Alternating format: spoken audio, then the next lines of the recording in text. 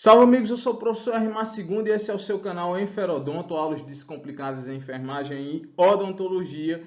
E hoje a gente segue uma série de aulas que estão relacionadas a resolver questões de banca de concurso, né? Então a gente tem banca Educa, da Paraíba, tem banca Advise, paraibana, tem banca Facete. Agora a gente está trazendo aí bancas de outros estados. E essa aqui é o Instituto AOCP, né? Então é muito conhecido, trabalha com provas aí a nível nacional, faz grandes concursos, é ali da região do Paraná. Então, a gente selecionou algumas questões, tanto de nível superior quanto de nível técnico, para ver aí como é que é o estilo de questões de prova da banca AOCP. Então, vem com a gente, esse é o seu canal Enferodonto e eu te convido para se inscrever no nosso canal. Vamos lá, vamos conhecer um pouquinho sobre essa banca, né? Então, o Instituto AOCP é uma sociedade civil sem fins econômicos, né? Sem fins econômicos, de caráter organizacional, filantrópico, que trabalha justamente em consultoria e assessoria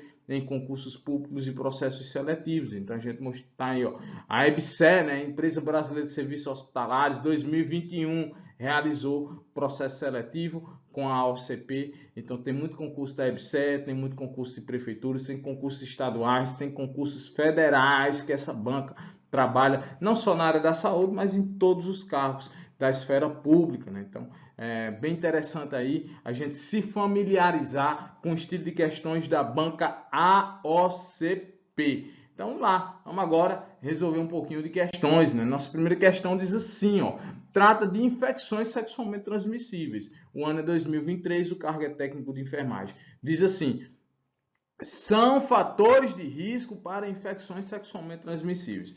Antes você tinha a nomenclatura DST, doença sexualmente transmissível. Hoje a gente utiliza essa nomenclatura, infecções sexualmente transmissíveis. Por quê? Porque o conceito de infecção pode englobar não só os indivíduos sintomáticos, aquelas pessoas que apresentam sinais e sintomas das infecções, como também os assintomáticos, as pessoas portadoras justamente aí do agente etiológico. E quando nós pensamos em infecções sexualmente transmissíveis, nós pensamos em infecções que causam lesões, tá aqui, ó, vesiculosas ou ulcerações ou verrugas. Além disso, nós temos também o que? A presença dos corrimentos. Os corrimentos podem ser vulvo-vaginal, como nas cervicites, e também uretral, nas uretrites. E aí você tem uma aula de revisão no nosso canal Enferodonto, que trata justamente de revisão de infecções sexualmente transmissíveis. Lá nós falamos sobre HPV, falamos sobre sífilis, falamos sobre o cancro mole, a hemófilis do Crey, falamos sobre as vulvaginites por clamídia, por tricomonas, por também Candida albicans. Então você tem uma revisão lá sobre infecções sexualmente transmissíveis. Eu te convido a navegar pelo canal Enferodonto e encontrar essa aula lá de revisão. E aqui a gente está perguntando a questão número 1 sobre os fatores de risco, né, para a infecção sexualmente transmissível. Será que idade maior que 45 anos é fator de risco? Claro que não, né, gente? Idade está muito mais relacionada ao quê? A doenças crônicas não transmissíveis, né? Como, por exemplo, hipertensão e diabetes, muito mais presente aí a partir da quarta década de vida, né? Nuliparidade. Segundo, o que é nuliparidade? É a mulher, ó, tá aqui, ó, mulher que nunca pariu, né? Então, ó, nunca passou por trabalho de parto. Então, nuliparidade, mulher que nunca passou por trabalho de parto, é fator de risco para a infecção sexualmente transmissível? Claro que não, né, gente? Também não é fator de risco. Agora, o item 3 diz assim, ó: uso irregular de preservativos, né? Então, isso é um dos fatores de risco.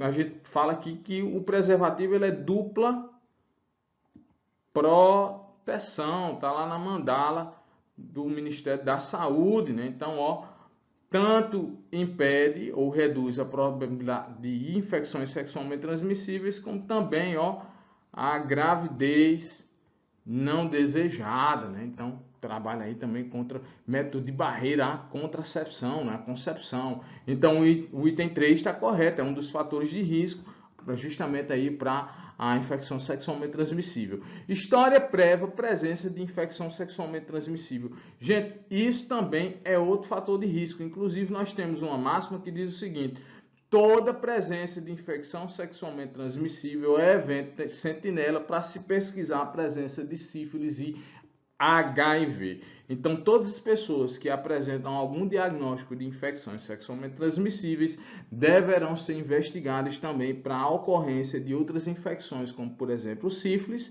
ou o HIV, que podem cursar aí por um período assintomático, né? Então, nós temos como resposta da nossa primeira questão o gabarito, a letra C, os itens 3 e 4 como estão corretos. Vamos a mais uma. Nossa segunda questão diz assim, ó, a norma regulamentadora número 32, essa norma ela regulamenta justamente a segurança e saúde dos trabalhadores da saúde, né? Então, é uma norma que a gente trabalha no nosso preparatório para concursos públicos na área da enfermagem. Se você quiser conhecer o nosso preparatório, te convido lá para fazer parte do nosso grupo de WhatsApp e também fazer parte do nosso cursinho nível médio superior na área da enfermagem. Então, a questão aqui fala sobre a NR32. Ela tem por finalidade estabelecer as diretrizes básicas para a implementação de medidas de proteção à segurança e à saúde dos trabalhadores dos serviços de saúde. Aí diz assim, ó, considerando essa norma, assinale a alternativa correta. Vamos lá, vamos tentar encontrar aqui as alternativas verdadeiras, né? A alternativa verdadeira. Letra A diz assim, todo local onde existe a possibilidade de exposição ao agente biológico deve ter lavatório exclusivo, né?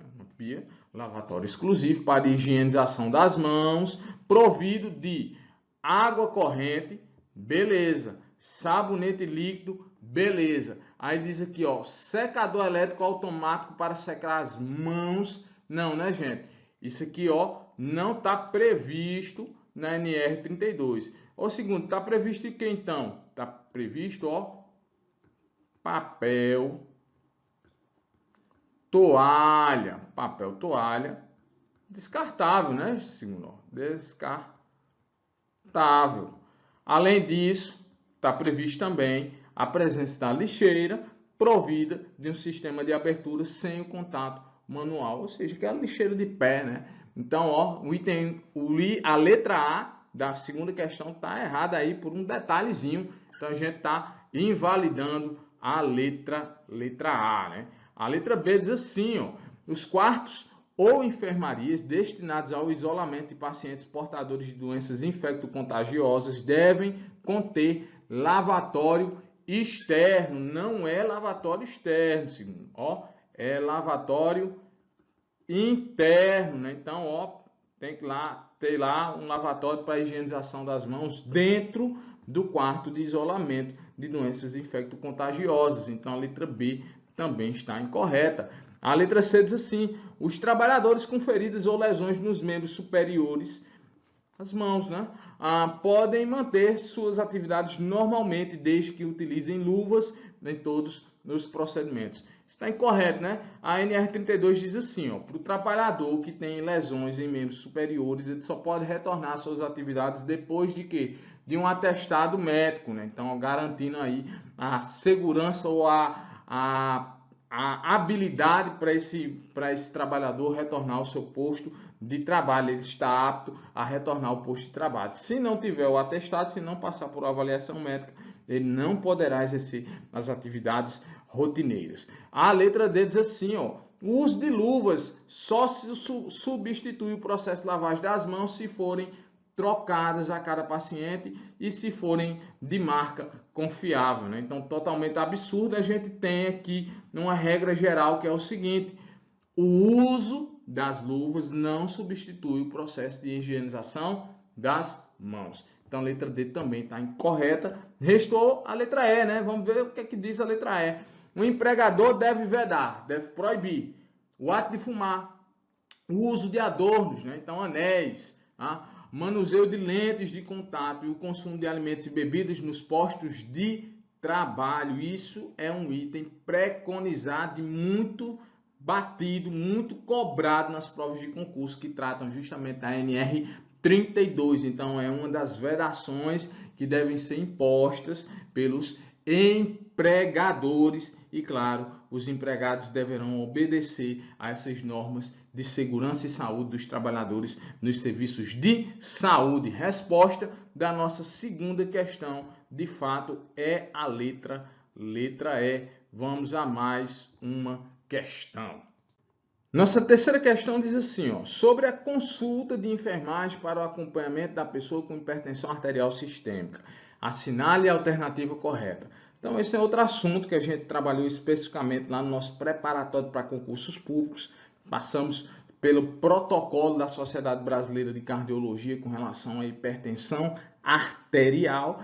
E, claro, a gente está fazendo aqui uma revisão no nosso canal Enferodonto. E diz o seguinte, ele quer a alternativa correta sobre justamente um assunto relacionado com a consulta de enfermagem, né? Então, a parte da enfermagem, ela trabalha com o nível primário, né, de assistência ao paciente com hipertensão, que trabalha com a mudança nos fatores de risco, aconselhamento, monitoramento, né? Então, com base nesses princípios, vamos ver aqui o que é que diz a questão, né? A letra A diz assim, a consulta de enfermagem deve focar nos fatores de risco que influenciam no controle da hipertensão, ou seja, as mudanças no estilo de vida, no incentivo à atividade física, a redução do peso corporal quando acima do índice de massa corporal, recomendado, e o abandono de tabagismo, né? Então, tudo isso está verdadeiro, né? Então, a resposta, por enquanto, a mais correta é a letra E. Letra A. Vamos ver aqui os outros itens, o que é que diz? A letra B diz assim, ó.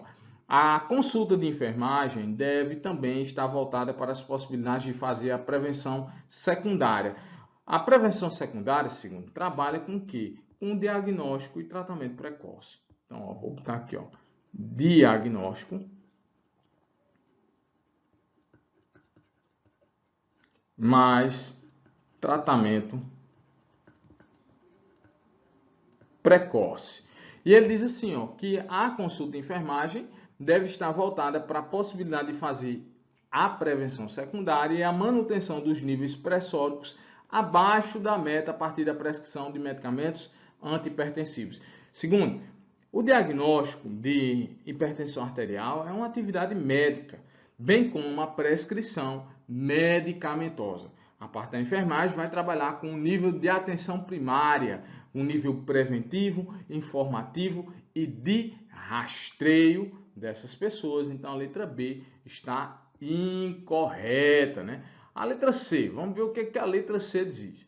O objetivo da consulta de enfermagem inclui identificar outros fatores de risco para a doença cardiovascular, avaliar a presença de lesões em órgãos-alvos e considerar a hipótese de hipertensão secundária e ou outra situação clínica para encaminhamento à consulta em outro nível de atenção. Segundo, quem vai fazer essa investigação de lesões em órgão-alvo vai relacionar a hipertensão se ela é essencial. O que é hipertensão essencial ou primária? É aquela multifatorial que vem de herança genética, que vem de idade, que vem do seu comportamento, de hábitos, de sobrepeso, de inatividade física, ou seja, não existe uma causa específica que leve ao diagnóstico de hipertensão. Já a hipertensão secundária é aquela relacionada à presença de uma doença ou de uma lesão em órgão-alvos que esteja causando justamente aquele reflexo de hipertensão arterial. Tudo isso é da área específica médica também. Então, ó, a letra C também está incorreto. A letra D diz assim, ó, na consulta de enfermagem é fundamental investigar a sua história, realizar o exame físico e solicitar qualquer tipo de exame laboratorial, fatos que contribuirão para o diagnóstico.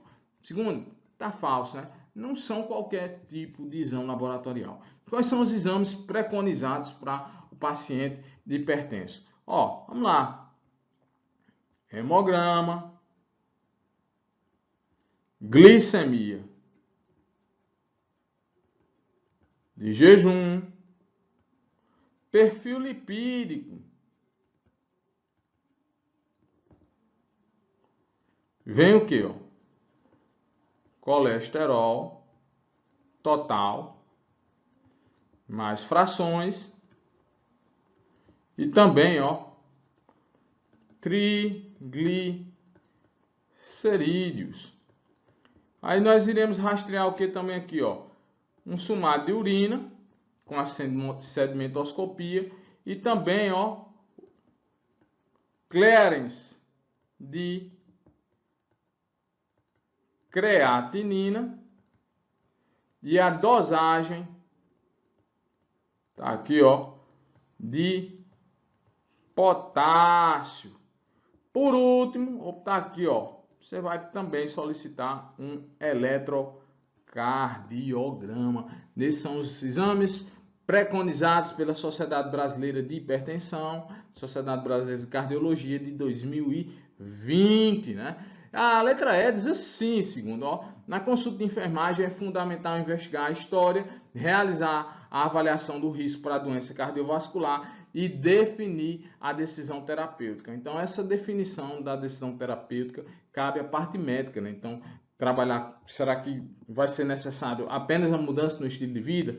Vai ser necessário associar a medicamentos antihipertensivos? Qual medicamento antihipertensivo ele vai utilizar? Então, tudo isso é decisão terapêutica da parte médica. Então, a resposta da nossa terceira questão, a que melhor satisfaz ao acompanhamento da consulta de enfermagem, é justamente os fatores de risco, né? Então, modificáveis e não modificáveis, que se encontram na letra A, resposta da nossa terceira questão. Vamos a mais uma questão. Quarta questão diz assim, sobre a prevenção quaternária, é correto afirmar. A questão aqui fala sobre níveis de prevenção, né? Vou anotar aqui embaixo. Você tem aqui, níveis de prevenção. Vou botar aqui, primário. O primário, segundo, trabalha com medidas inespecíficas, como, por exemplo, a promoção da saúde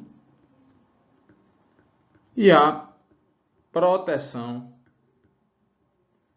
específica. O segundo, dá um exemplo de promoção da saúde. Atividade física, lazer, não ingestão de bebidas alcoólicas, controlar o hábito do cigarro, do tabagismo, melhor alimentação. São medidas de ordem geral, né? Medidas de ordem educativa que trabalham no comportamento das pessoas. Dá um exemplo de proteção específica, a vacinação, né? Então, a vacinação é o exemplo principal para a proteção específica. Você evita aí o surgimento de doenças transmissíveis, como, por exemplo, sarampo, rubéola, tétano, formas graves de tuberculose, como, por exemplo, a prevenção com BCG. Então, proteção específica, lembre de vacinação. Depois você tem justamente o nível secundário. O nível secundário ele trabalha com o diagnóstico e o tratamento precoce. Então, no diagnóstico, a gente trabalha muito justamente a realização de testes, né? De testes de triagem, né? Então, você tem ali uma pessoa com fator de risco, ele é hipertenso, aliás, ele é sedentário, ele é obeso, ele fuma, não tem histórico hereditário, de repente os pais o pai e a mãe dele já é hipertenso. Então ele vai fazer ali um rastreio, né? Vai verificar a pressão arterial, vai solicitar uma glicemia de jejum, fator de risco para diabetes, ou ele já vem sintomático respiratório, está com mais de 3 semanas, com tosse produtiva, febre, emagrecimento. Então ali ele já vem com uma suspeita de uma doença transmissível, a tuberculose. Então vai passar por um processo, um teste, uma triagem, né? Ele vai submeter uma baciloscopia, um teste rápido molecular. Então o nível secundário, a doença já está inserida. Então, no nível primário, vou até colocar aqui, não tem doença. Não tem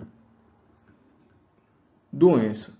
Já no nível secundário, existe já a doença. Existe a doença. Então, você vai trabalhar com o diagnóstico e vai começar a tratar essa doença para evoluir para a cura ou limitar justamente aí as suas sequelas, né? Depois a gente tem um nível terciário, né, que trabalha com a reabilitação. Terciário, ou seja, aumentar a capacidade residual do que sobrou da saúde daquele indivíduo para que ele possa ter a sua vida plena, novamente restabelecida, ou dentre as suas limitações conseguir fazer alguma atividade produtiva, alguma atividade laboral, alguma atividade social e de cidadania, né? Então restabelecer a dignidade e a saúde e a cidadania das pessoas, tudo isso é justamente a prevenção terciária. Por último, nós temos aqui a prevenção quaternária, né?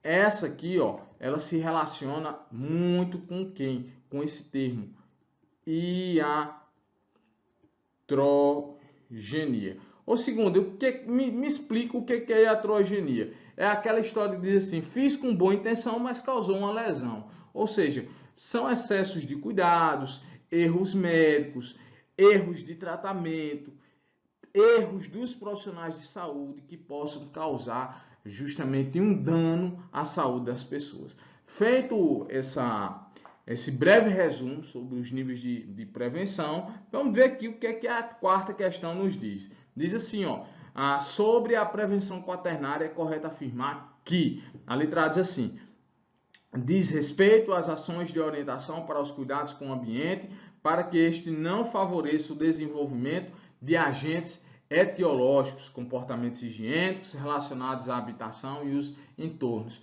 Se ele fala de ambiente, né, a gente tem aqui a tríade epidemiológica, né? Então, a ambiente, a relação do ambiente com o hospedeiro, com o agente, né, o agente etiológico. Quando a gente fala de hospedeiro, pense no principal hospedeiro, que é quem? O homem, né? Então, aqui, quando se trabalha justamente na intervenção desses três elementos na cadeia de transmissão de doenças, você está falando de prevenção primária, e a questão pede justamente aí assuntos relacionados à prevenção quaternária. A letra B diz assim, engloba estratégias populacionais para a detecção precoce de doenças, também contempla as ações com indivíduos doentes ou acidentados, com diagnósticos confirmados para que se curem ou se mantenham funcionalmente sadios, evitando complicações e mortes prematuras. Tudo isso fala de que, gente? Da prevenção secundária, né? Então tá aqui, prevenção secundária. Então também não responde ao que a questão está pedindo. A letra C diz assim, consiste no cuidado de sujeitos com sequelas ou doenças ou acidentes, né? Visando a recuperação e ou a manutenção do equilíbrio funcional. Ele deu um conceito aqui, gente, de prevenção terciária, né? Então, a letra C também está incorreta. Eu vou botar aqui, prevenção terciária. A letra D diz assim, consiste na construção da autonomia dos sujeitos, na detecção de indivíduos com risco de sobretratamento ou excesso de prevenção para protegê-los de intervenções profissionais inapropriadas e sugeríveis alternativas eticamente aceitáveis, né? Então, isso sim é a proteção quaternária. A resposta da nossa quarta questão é a letra D. A letra E ainda diz assim, corresponde a medidas gerais, educativas, que objetivam melhorar a resistência e o bem-estar geral dos indivíduos, comportamentos alimentares, exercício físico e repouso, contenção de estresse, não ingestão de drogas ou tabaco, para que resistam às agressões dos agentes. Ele está falando aqui novamente de prevenção, segundo, prevenção primária. Então, resposta de fato da nossa quarta questão é a letra D. Vamos a mais uma questão. Quinta questão, revisa o que? Cálculo de dosagem. Então, não deixe de estudar cálculo de dosagem, é assunto que a gente trabalha lá no nosso preparatório para concursos públicos. E diz assim, muitas vezes o profissional de enfermagem precisa administrar um medicamento prescrito na forma de miligramas e a apresentação disponível é em gramas. Assim, um medicamento com 1,5 grama terá. Então, vou anotar aqui, medicamento. medicamento.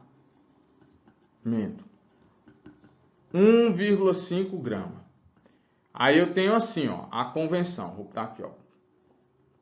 Convenção métrica. 1 grama tem 1000 miligramas. 1 quilo tem o que, ó? 1000 gramas. 1 litro tem o que, ó? 1000 mililitros.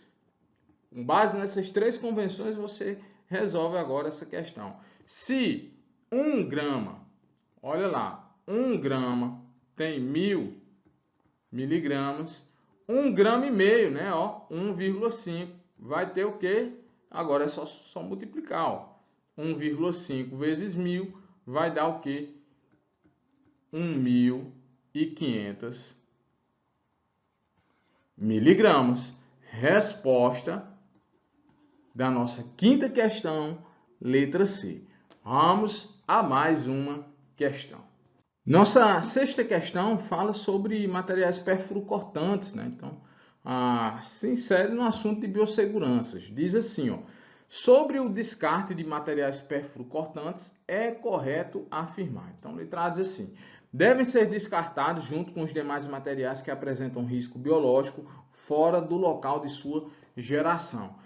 Segundo, material biológico, material comum, material tóxico, material perfluorocortante, cada um tem o seu destino, né? Então não é descartado junto com os mesmos materiais. Então, ó, letra A tá falsa. Letra B diz assim, ó: os recipientes utilizados para descarte de perfluorocortantes podem ser esvaziados e reutilizados. Isso também está incorreto. Você não pode reutilizar, esvaziar aquela caixa de perfuro e depois utilizar novamente. Está também incorreto. A letra C diz assim, ó: os recipientes utilizados podem ser preenchidos no total da sua capacidade ou até 1 centímetro da borda. Primeiro, não é o total de sua capacidade, não, né? Então, até 2/3 de sua capacidade.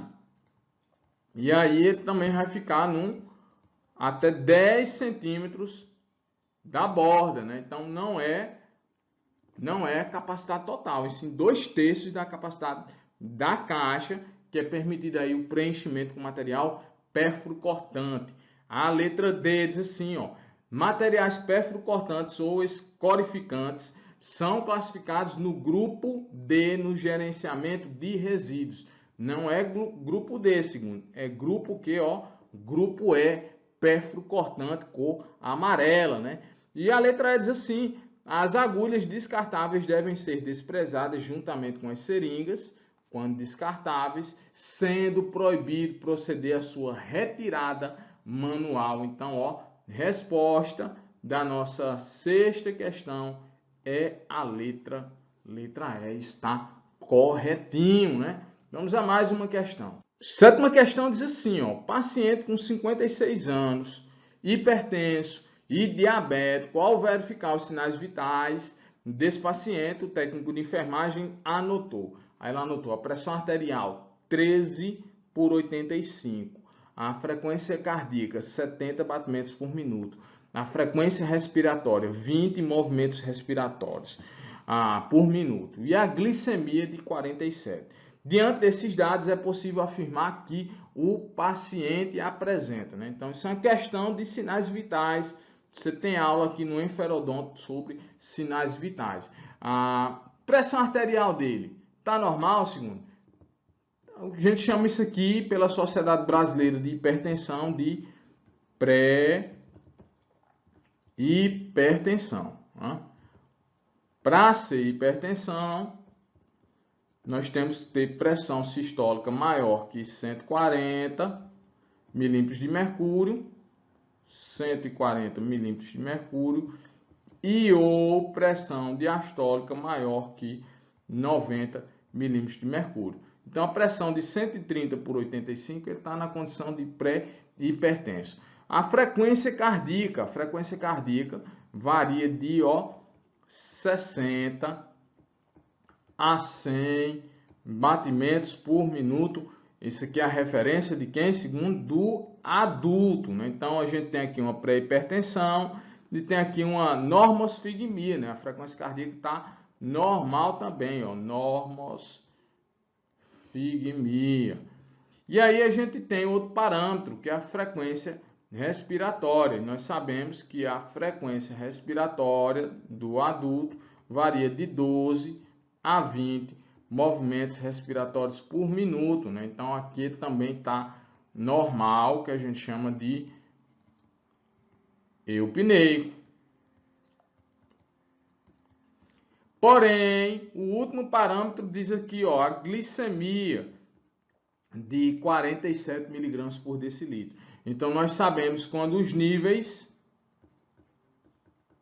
de açúcar no sangue são menores que, ó, 70. Nós já temos o quadro de hipoglicemia. Isso é muito comum nos pacientes diabetogênicos, sejam ele tipo 1, tipo 2, por abuso de insulina, ele erra a dose da insulina, ou faz uma atividade física muito prolongada, ou faz um jejum muito alto, ou abusa de outras medicações, abusa até mesmo do álcool, do abuso de outras substâncias que podem interferir na absorção regular da glicose e da secreção da insulina, né? Então isso aí vai causar justamente a hipoglicemia. E nesse caso ele está numa hipoglicemia grave, né? Que é justamente quando os níveis de açúcar, os níveis glicêmicos estão menor que 50, né? Então a resposta da nossa sétima questão é justamente a letra D, né? Ele não está taquidispneico, porque a frequência respiratória está normal. Ele não está hipertenso, pelo contrário, ele está pré-hipertenso. Ele não está bradicárdico, que é quando a frequência cardíaca está abaixo de 60 bpm. Isso também está falso. A gente já achou a resposta correta, que é a hipoglicemia. E a letra E diz assim, taquisfigmia, que é quando a frequência cardíaca está acima de 100 batimentos por minuto e a frequência dele está normosfigmo, né, em 70, e a frequência varia de 60 a 100 bpm. Então, resposta da nossa sétima questão, de fato, é a letra D. Oitava questão, diz assim, ó. Ao diluir uma ampola de um antibiótico X contendo 500 mg em 5 ml. Então, vou botar aqui, ó. Antibiótico X, 500 mg tem 5 ml.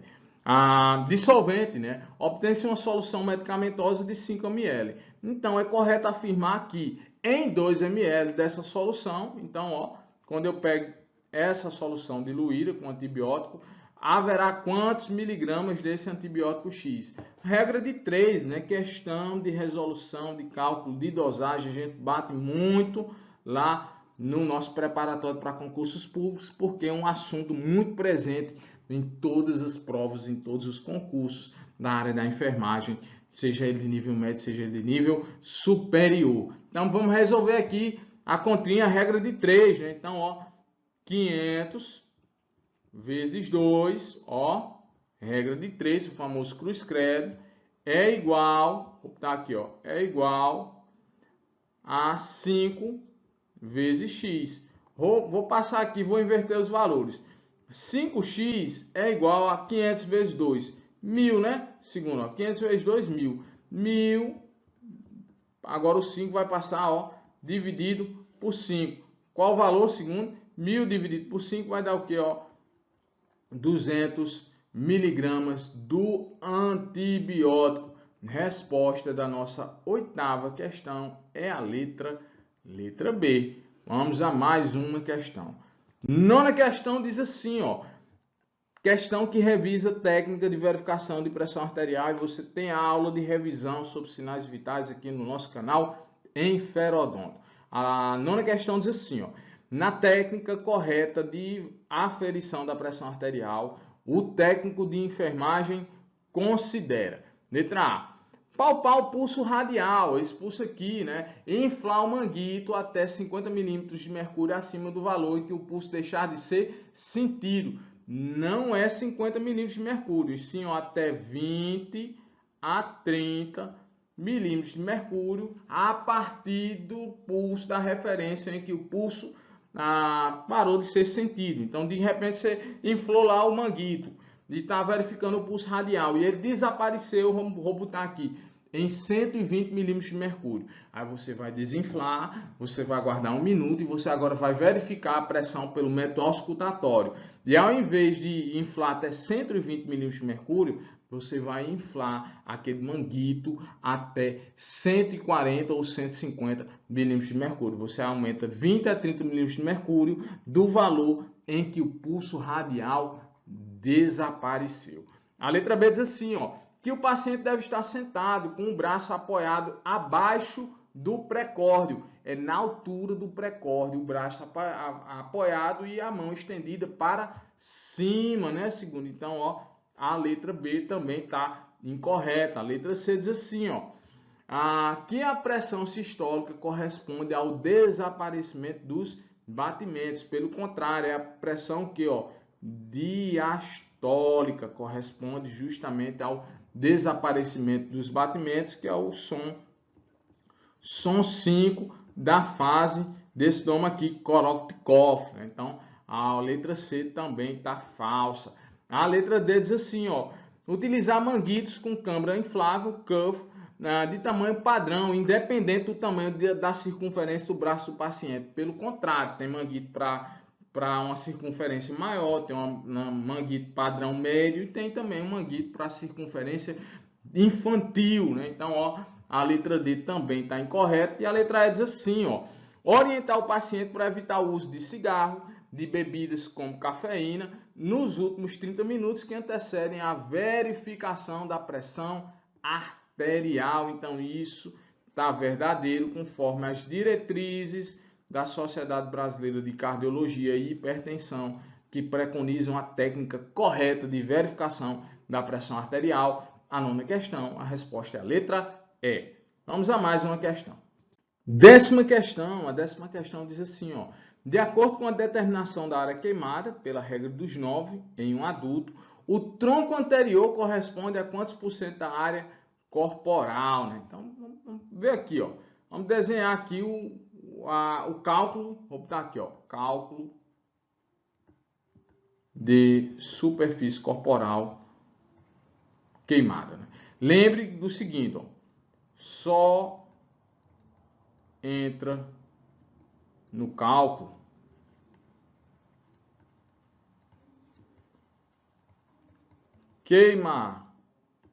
queimaduras de segundo e terceiro graus. Ou segundo, aquela queimadura de primeiro grau, quando eu estava na praia, não entra para a superfície corporal? Não entra. Só entra queimaduras de segundo grau superficiais e profundas, queimaduras de terceiro grau. Você tem literatura que vai ter queimaduras de quarto grau, como por exemplo o atendimento pré-hospitalar da Sociedade Americana de Cardiologia, né, o famoso PHTLS ou ACLS, 10ª edição. Eles têm a classificação de primeiro grau, lesão de epiderme, segundo grau, lesão derme, terceiro grau, tecido subcutâneo, quarto grau, face muscular, tendínea, óssea e por aí vai, chega até a carbonização. No contexto dos protocolos do Ministério da Saúde, você só tem o estagiamento de primeiro grau, a nível de epiderme, são as lesões simples e que se regeneram espontaneamente. As lesões de segundo grau, que atingem a derme e aí geralmente provoca o surgimento de bolhas. E as lesões de terceiro grau, que essas são lesões mais complexas, geralmente precisa de tratamento cirúrgico como debridamento e enxerto para justamente aí restabelecer a função e evitar a destruição piorada aí dos outros tecidos, além do risco de infecção. Então, quando você pensa em superfície corporal queimada, você está pensando em queimaduras de segundo e de terceiro grau. Então, vamos desenhar aqui o bonequinho do cálculo da superfície corporal queimada. 9% cabeça, 9% cabeça. Aí tronco, segundo, é o tronco da frente, é 18%. e é o tronco de trás, 18%. Então, 18% na frente, 18% atrás. Beleza? Aí, ó, os braços, 9%. Os braços, 9%. A extensão de todo membro superior. Então, se for só a frente do braço direito, então é 4,5%. Agora, se for todo o braço direito, aí você tem o estagiamento de 9%. Períneo, ó, região genital, 1%. Beleza? E aí, ó, pernas correspondem também a 18% na sua total extensão, ou seja, anterior e posterior. Então, 18%, 9% na frente, 9% atrás.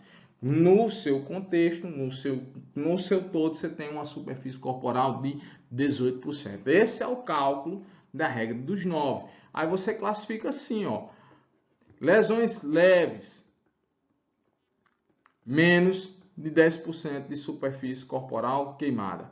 Lesões moderadas, de 10 a 20% de superfície corporal queimada. Lesões graves, paciente grave, mais de 20% de superfície corporal queimada. E ainda a gente tem as áreas nobres, como face, olhos, períneo, mãos, pés, grandes articulações, vias aéreas. Então, tudo isso tem que se considerar também para avaliar se o paciente é pequeno, médio ou grande queimado. Aí está falando ali, ó, com relação ao tronco anterior. Quanto equivale pela regra dos 9, né? Então, ó, tronco da região anterior. Vale o quê?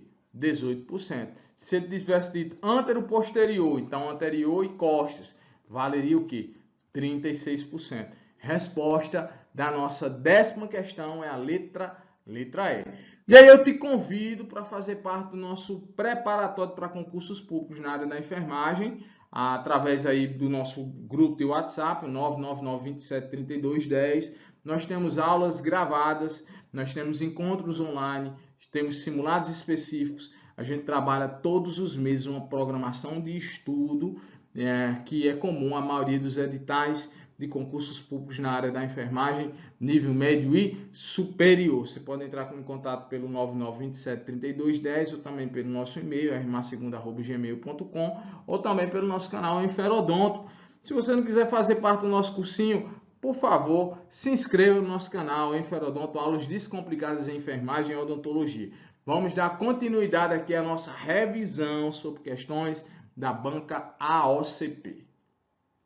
11ª questão, diz assim, ó, foi prescrito soro glicosato 5% a 1000 ml para correr em 8 horas. Vou anotar aqui, ó, soro glicosado a 5%, 1000 ml, tá aqui, ó, tempo 8 horas.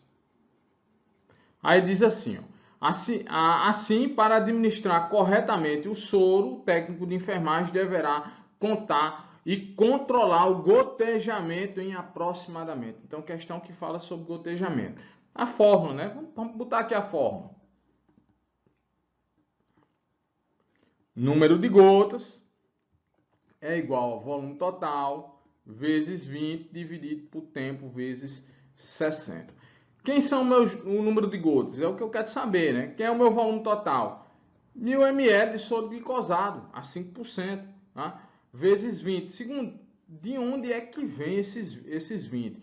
É dessa relação aqui, ó, que 1 ml corresponde a 20 gotas. Por isso que tem esse 20 que é chamado de constante. Dividido pelo meu tempo, vezes, quem é meu tempo? 8 horas, né? Então tá logo aqui, 8 horas. 8 vezes 60. Vou fazer assim, ó. 60 dividido por 20, né? Então vou fazer aqui uma simplificação por 20, tá? Vai dar 1/3. Então fica, ó, 1000 vezes 1 dividido por 8 vezes 3. Então 1000 vezes 1 é 1000. E 8 vezes 3 dá 24.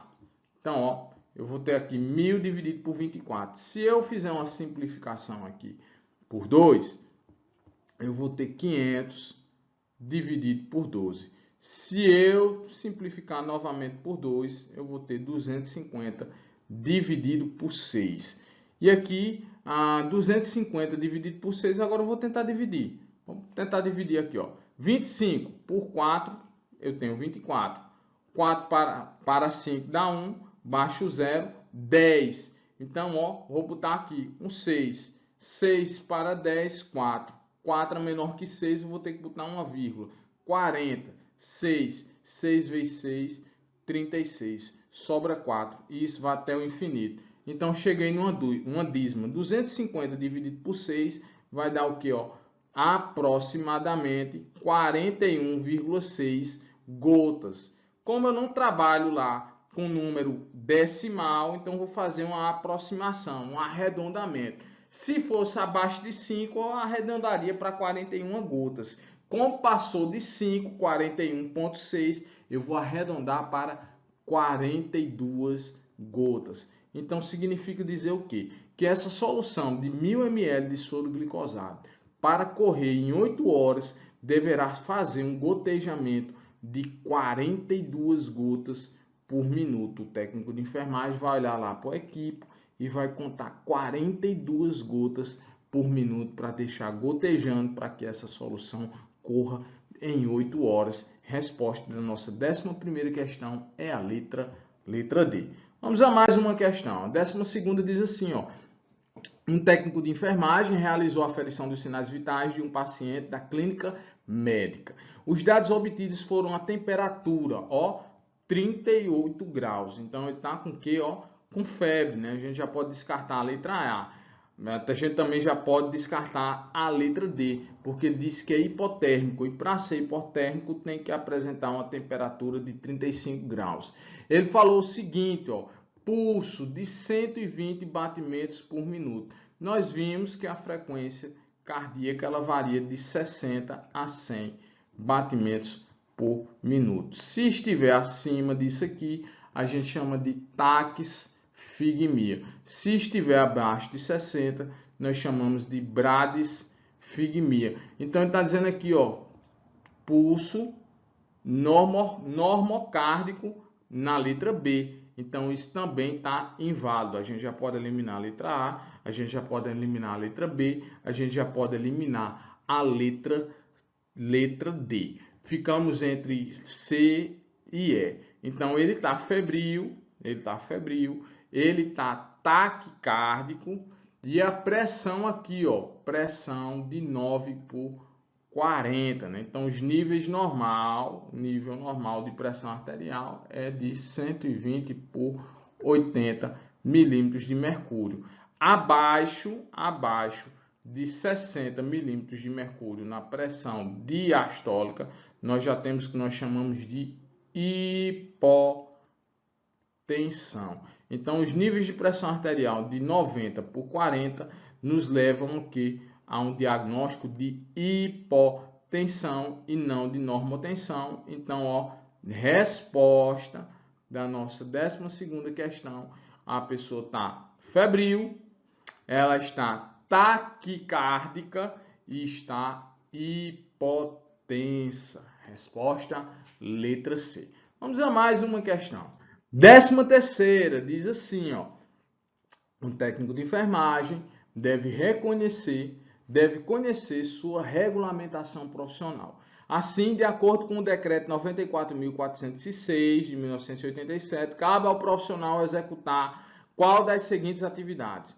Então, ó, a questão fala sobre lei do exercício profissional, né? Então, você tem uma revisão aqui já atualizada, né, com a lei do repouso e também o piso nacional da enfermagem. São duas atualizações que aconteceram no artigo 15º da lei 7.498 de 86 e também recepcionada pelo decreto 94.406 que regulamenta justamente a lei do exercício profissional.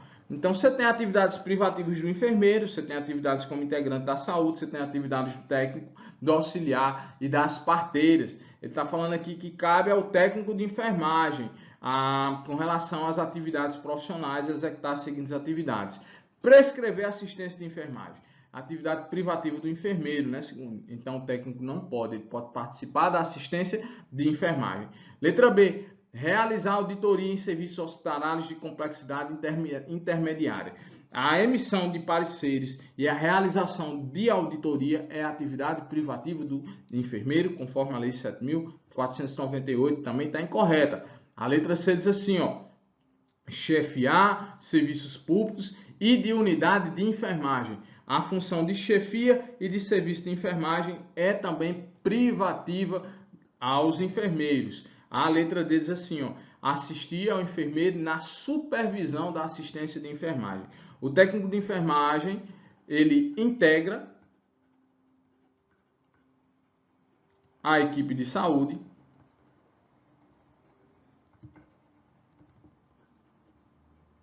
realiza ações assistenciais, exceto as privativas do enfermeiro.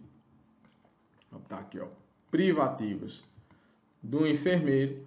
E ele participa, ó, em grau auxiliar da programação da assistência de enfermagem, a famosa SAI do processo de enfermagem, né? Participa na coleta de dados, participa na implementação e na evolução, né? Lembrando que mudou a resolução do processo de enfermagem. A resolução agora é 736 de 2024, tivemos algumas alterações.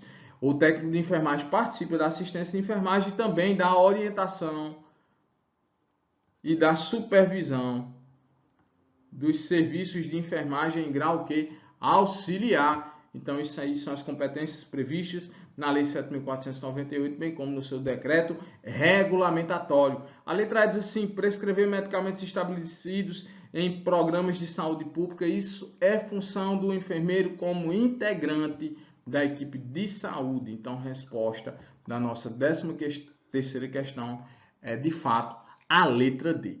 Vamos a mais uma questão. A 14ª diz assim, ó, sobre a Lei 7.498, é correto afirmar que, a letra A diz assim, regulamenta o cumprimento da prescrição médica à distância. Está falso, né? A Lei 7.498 de 1983, 6, é conhecida como a Lei do Exercício Profissional. Ela diz as atribuições de cada categoria de enfermagem. Quantas categorias são?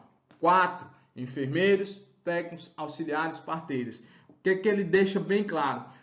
Tem o exercício legal da enfermagem só é conferido às pessoas que estão habilitadas, ou seja, passam por processo de formação, nível médio superior, e também tem que estar inscrito no seu conselho de enfermagem, aonde vai exercer as suas atividades laborativas. Então, a Lei 7.498 trata da Lei do Exercício Profissional. Ele não prevê o quantitativo de profissionais de acordo com o índice de segurança técnica. Isso aqui é o quê?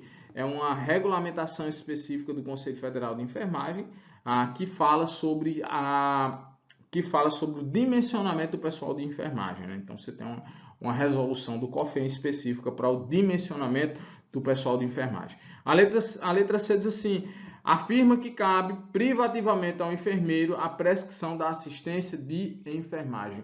E a prescrição da assistência de enfermagem inclui a programação da saúde das instituições de saúde, né? Então, ó, está verdadeiro. Resposta da nossa 14ª questão, a letra C. A letra D ainda diz assim, ó, destaca que a enfermagem é exercida privativamente apenas pelo enfermeiro e pelo técnico de enfermagem. Não, né, gente? São 4 categorias. E a letra E diz assim, cria o Conselho Regional de Enfermagem, constituindo uma autarquia vinculada ao Ministério do Trabalho e Previdência Social. Quem cria o Conselho Regional de Enfermagem, bem como o Conselho Federal de Enfermagem, é a Lei 5.905 de 1973, cria o sistema COFEN-COREM. Você tem aula dessa lei aqui no nosso canal Enferodonto, aulas descomplicadas em enfermagem e odontologia. Vamos a mais uma questão. A 15ª questão diz assim, ó. Um paciente apresenta quadro de hipertermia, febre, alternando regularmente períodos, olha lá, períodos de hipertermia e padrões de normortermia, né? Então o cara tava com febre, tava com tempo, vou botar aqui, ó, 38 graus. Aí ele passa um período febril, aí depois essa febre, ó, baixa até uma normortermia, febre menor que 37, temperatura menor que 37,5 graus. Depois essa temperatura sobe novamente para períodos febris, né? Então você tem ali intercalando períodos febris com normortermia. Aí diz, esse tipo de hipertermia pode ser classificada, tem lá a classificação das febres na nossa aula sobre sinais vitais. Então a gente classifica lá os tipos de febre. E aqui você tem o que?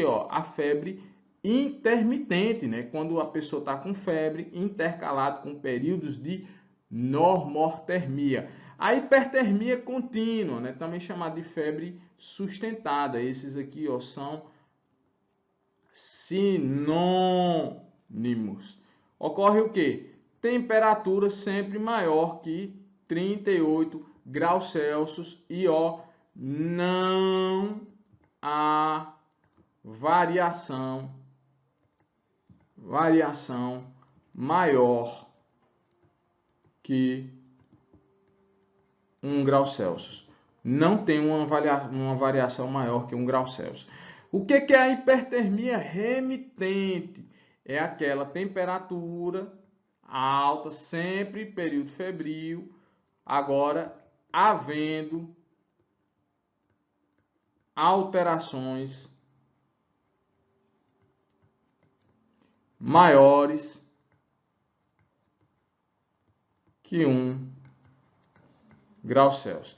Então, ó, na hipertermia contínua, você tem 38, 38.1, 38.2, 38, até 38.9, mas não tem uma alteração maior que 1 grau Celsius.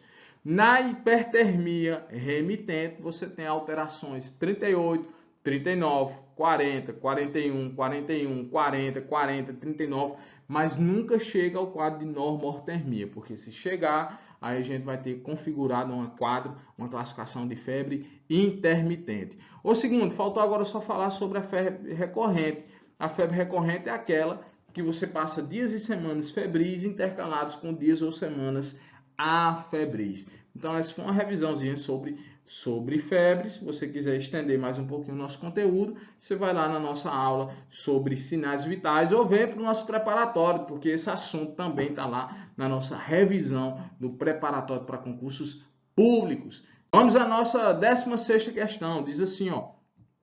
De acordo com a Lei 7.498 de 1986, ou são atividades do enfermeiro como integrante da equipe de saúde, né? Então, a lei do exercício profissional, ela separa as ações privativas, somente o enfermeiro vai poder realizar, daquelas que são integrantes da equipe de saúde. Vamos ver se a gente localiza aqui. Letra A diz assim, ó, prescrição de medicamentos estabelecidos em programas de saúde pública e em rotina aprovada pela instituição de saúde. De cara, a resposta é a letra A. Essa é uma atribuição do enfermeiro como integrante da equipe de saúde. A letra B diz assim, ó, o planejamento, a organização, a coordenação e a execução e a avaliação de serviços de enfermagem. Isso é uma atividade privativa do enfermeiro. A letra C diz assim, ó, cuidados diretos de enfermagem a pacientes graves com risco de vida. Também é uma atividade privativa. A letra D diz assim, ó, consultoria e auditoria, além de emissão de parecer sobre matéria de enfermagem. Também é outra atividade privativa aos enfermeiros. E a letra E diz assim, ó, identificação das distócias obstétricas, de tomadas de providência até a chegada do médico. Atividade do enfermeiro obstetra, né? Então, também é privativo do enfermeiro obstetra. Resposta da nossa 16ª questão é a letra A, uma atividade de prescrição de medicamentos em programa de saúde pública ou em rotina estabelecida pelo gestor da instituição. 17ª questão fala sobre feridas, né? Cobertura, terapia tópica de ferida, isso é um assunto que a gente trata lá no nosso preparatório para concursos públicos você tem aula sobre revisão de feridas aqui no nosso canal Enferodonto. Fala assim, ó, no tratamento de feridas, o gel de papaína, né, a utilização da papaína, ela é indicada para quê? Segundo, papaína é um debridante, né? Então, ó, debridante, né? Então, ele promove a destruição de necrose, seja ela seca, seja ela úmida. Então, ele não estimula a granulação. Quem é que estimula a granulação? Óleo de girassol, é o famoso AGE, né? Também os hidrogéis, né? Hidrogel com PHMB, hidrogel com alginato. Tecido epitelizado, ele é indicado para tecido epitelizado? Não, né? Tecido epitelizado se pode utilizar aí justamente o famoso ácido graxo essencial, o óleo de girassol. Fibrina branca, né? Aquela excesso de fibrina, né? Também não é indicação para gel de papaína. Esfacelos, os esfacelos você remove muito com a atuação da colagenase ou até mesmo o debridamento mecânico, né? Remoção ali por fricção dos esfacelos. Agora, falou em necrose, associe muito justamente com a utilização da papaína, né? Então, a resposta da nossa 17ª questão é a letra E. Vamos a mais uma questão. 18ª, diz assim, ó. As doenças sexualmente transmissíveis, DST, já tem até a nova nomenclatura agora, IST, né? A gente falou, acho que foi na primeira questão. Diz assim, são muitas e podem ser causadas por diferentes agentes. Verrugas genitais ou crista de galo, uma ou várias, que são pequenas no início, e podem crescer rapidamente e parecer uma couve-flor. São características de qual DST? Letra A, gonorreia. Segundo, gonorreia causa o quê? Corrimento uretral, né? Então, causa corrimento uretral no homem, né? Vou botar aqui, ó. Corrimento uretral. Então, letra A tá falso. Letra B, infecção pelo papiloma vírus humano, HPV. Essa é a resposta, né? Falou em verruga, vamos se lembrar do HPV, que é precursor. Aí a gente tem até imunização, criança, aliás, meninos e meninas de 9 a 14 anos, a vacinação com 2 doses de HPV. Pessoas também imunocomprometidas de 9 a 45 anos vão receber também a vacinação contra HPV. Então, ó, falam em verruga, infecção sexualmente transmissível, resposta letra B. Clamídia. Clamídia causa o quê? Corrimento, né? Corrimento uretral, mulheres e homens também, né? Tricomonas. Tricomonas causa o quê? Cervicite, corrimento vaginal, né? E sífilis. Sífilis causa o quê, segundo? Ó, protocifiloma. O que é o protocifiloma, segundo? É uma úlcera. Então, ó, sífilis, elas causam justamente lesões ulcerosas. Resposta da nossa 18ª questão, letra B. Vamos a mais uma questão. 19ª, diz assim, ó. Sobre os cuidados específicos para queimados, é correto afirmar. Letra A diz assim, na queimadura química, é contraindicado o uso de água. Pelo contrário, né? Segundo, ó, é indicado a irrigação contínua para remover aquela substância química. Então, ó, ele está dizendo, na queimadura química é contraindicado o uso de água corrente para diluição do composto químico. Tá falso, né? O que é contraindicado na queimadura química? Você utilizar agentes neutralizantes. Por quê? Porque de repente esse agente neutralizante pode interagir com o ácido ou com a base, piorando aquelas lesões. Então tá falso. Letra B diz assim, ó, na queimadura térmica é indicado o uso de cremes à base de óxido de zinco como medida no atendimento imediato. Regra geral, se você está fazendo primeiros socorros a uma pessoa queimada, ou você está no atendimento pré-hospitalar, um paciente queimado, jamais você vai utilizar a famosa sulfadiazina de prata ou qualquer outra cobertura tópica para queimadura. Isso vai interferir na avaliação da superfície corporal queimada, justamente ali pelo médico cirurgião, pela equipe que vai fazer a estabilização daquele paciente no período hospitalar. Então, regra geral, terapia tópica em paciente queimado, especialmente queimaduras térmicas, não é indicado no atendimento pré-hospitalar, beleza? O segundo, então o que é que eu vou fazer? O resfriamento da queimadura, a utilização de gases não aderentes e a sua cobertura e proteção. Letra C, diz assim, ó, pacientes com queimadura térmica extensa, terceiro grau, não apresentam necessidade de controle regular de sinais vitais. Pelo contrário, eles têm um forte risco de choque hipovolêmico, né? Ou até mesmo descompensações de outros órgãos alvos. Por isso que tem que fazer a ressuscitação volêmica, utilizando a fórmula de Perkland, que ele vai calcular. Como está aqui? Perkland. O que é que diz Perkland? Você vai utilizar, ó, 2 a 4 ml de solução de Ringer lactato vezes a superfície corporal queimada do paciente vezes o peso estimado do paciente. 2 ml você vai trabalhar com adulto. 3 ml você vai trabalhar com criança. 4 ml você vai trabalhar com choque elétrico. Digamos que você fez o cálculo 2 ml vezes a superfície corporal 20 vezes o peso de uma pessoa 80, 20, vou botar aqui, ó, 20 vezes 80, 0, 2 vezes 8, 16, 1.600 vezes 2, vou botar aqui, ó, 2 vezes nada, 2 vezes 6, 12 a 1, 2 vezes 2, então ó, vai me dar o quê? 3.200 ml. Metade desse valor é colocado nas primeiras 8 horas de assistência ao paciente.